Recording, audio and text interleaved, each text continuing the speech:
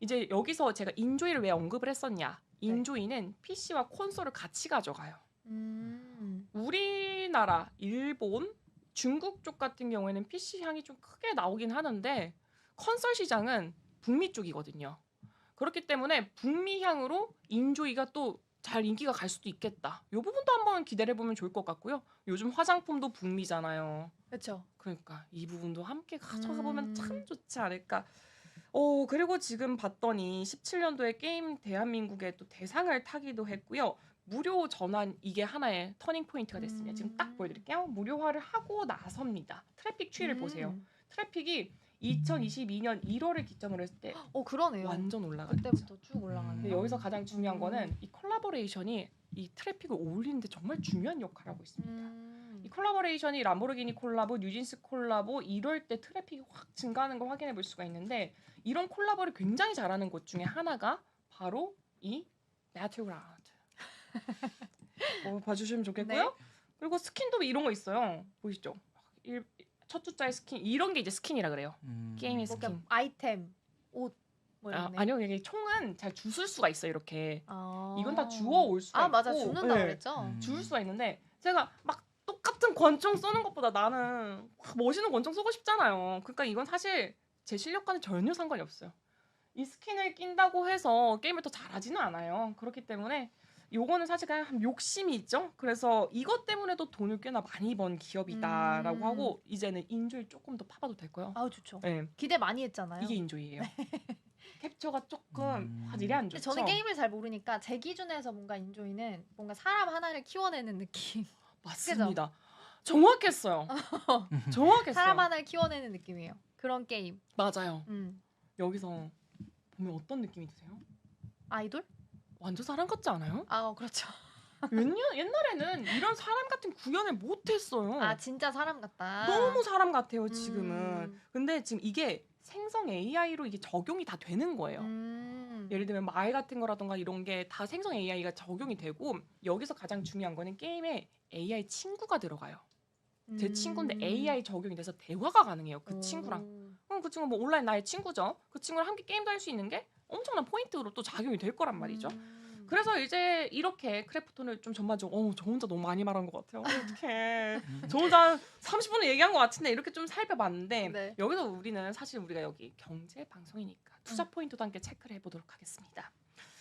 인조이가 지금 크래프톤의 가장 기대주로 꼽히고 있어요. 그쵸. 공부자님 보셨을 때 봐봐요. 요거랑 봤을 때 어떤 게 더 재밌어 보여요? 인조이랑 배틀그라운드.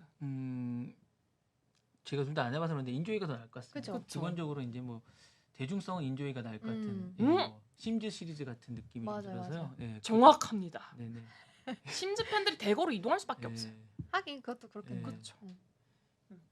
그래가지고 뭐 어쨌든 여기서 이제 성과가 굉장히 이제 밸류에이션의 이제 상향과 하향에 어떻게 될 것인가 이 부분이 또 중요할 것 같고 쿠키런이 인도 현지화 버전을 또 출시를 한다고 합니다. 그런데 쿠키런 알잖아요. 우리 다 해봤잖아요. 그 쿠키런 인도 현지화 버전 출시되는 거 이것도 한번 또 체크해 보시면 좋을 것 같습니다.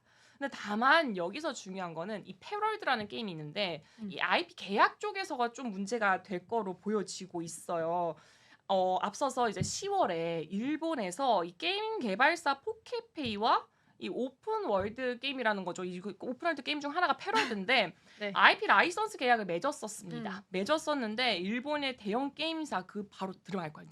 닌텐도가 지금 여기에 대해서 페어의 특허 침해 소송을 걸었습니다. 이러면서 게임 서비스 중단을 청구해서 이 크래프톤 라이선스 계약과 있어서 좀 문제가 될 수가 있다. 이게 하나의 걸림돌을 존재하기 때문에 나중에 이제 4분기 실적에서 이게 반영이 될 수도 있지 않을까라는 생각도 들고 있고요.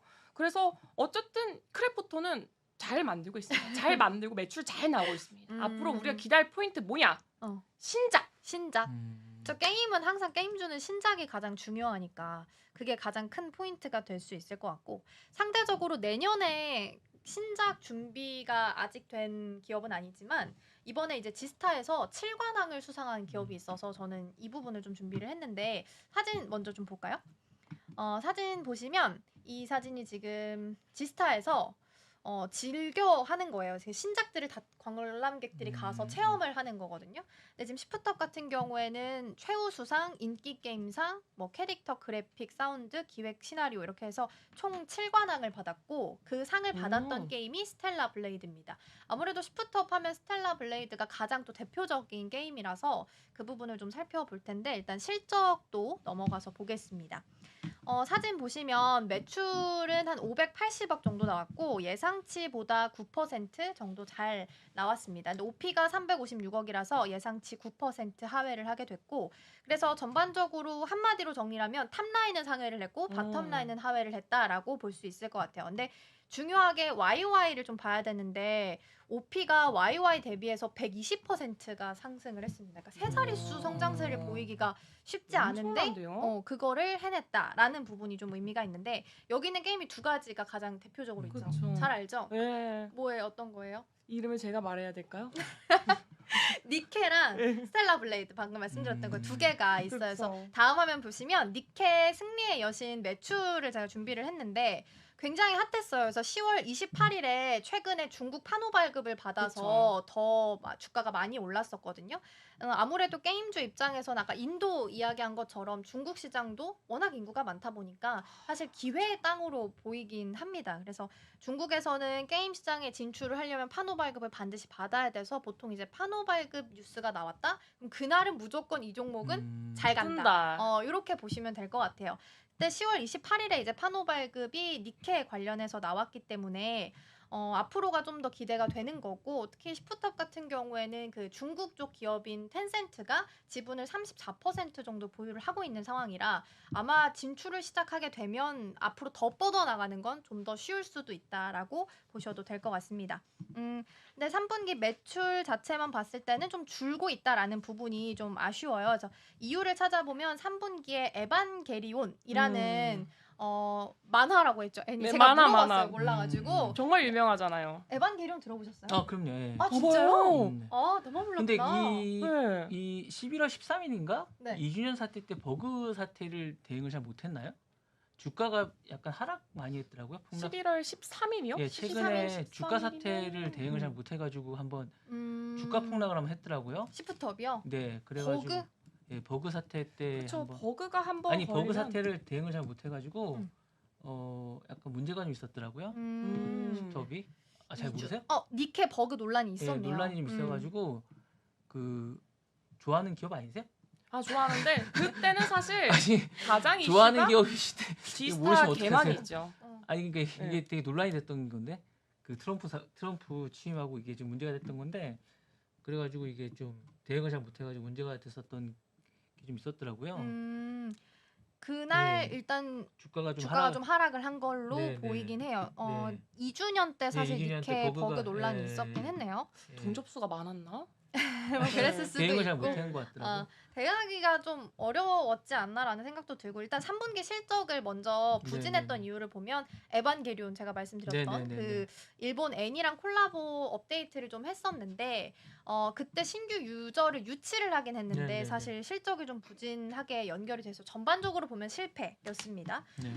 그래서 다음 사진 한번 보면 다음 사진은 제가 스텔라 블레이드 네네. 사진을 준비를 했어요. 여기는 매출액의 예상치 80% 그리고 OP는 69% 상회를 하면서 반응이 좋았고요.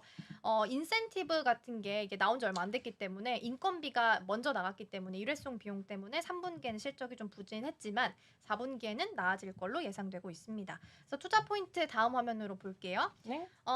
투자의 가치가 있는지를 보기 위해서 제가 PER을 준비를 좀 했습니다. 24년 기준 PER이 26배고요. 25년 포워드 PER이 15배, 그리고 26년 포워드 PER이 17배입니다. 그래서 숫자가 점점 준다는 건 주가 대비해서 이익이 점점 더 커지고 있다라는 뜻이라서 저평가되어 가고 있다. 그러니까 다시 해석을 하면 만약에 이 이익에 대한 부분이 주가에 더 반영이 많이 된다면 더 성장할 가능성이 높아진다라고 네. 해석을 할 수 있을 것 같고요. 마지막 화면도 볼게요. 네. 이건 제가 에비타 화면을 준비를 했는데 2분기 대비해선 사실 3분기 에비타가 줄었어요. 근데 2분기를 제외하고는 모든 분기 때 지금 에비타가 상승을 했습니다. 그래서 에비타가 높을수록 이제 사업 능력이 좀 뛰어나다라고 평가를 할 수 있기 때문에 일단 앞으로 사업 능력이 점점 더 기대되는 회사다라고 정리를 할 수 있을 것 같습니다. 사실 25년에 신작은 없고 27년에 지금 기대하고 있는 게 프로젝트 위치스인데 이게 일단 정보는 조금씩 25년부터 나올 예정이라고 해서 주가 반응은 아마 뉴스가 나올 때마다 조금씩 반영되지 않을까라는 기대가 좀 되고 있습니다. 그래서 게임주 전반적으로 좀 살펴봤는데 사실 시장이 약하다 보니까 그리고 또 반도체 투톱이 자리를 잘 그쵸. 못 지키고 있다 보니까 게임주도 뭐 사실 하락하는 섹터에서 찾는 게 좀 더 빠른 시장이 아닐까 싶습니다. 지금 바로 구독을 눌러보세요. 실시간 경제 뉴스, 투자 전문가들의 다양한 시황과 정확한 분석,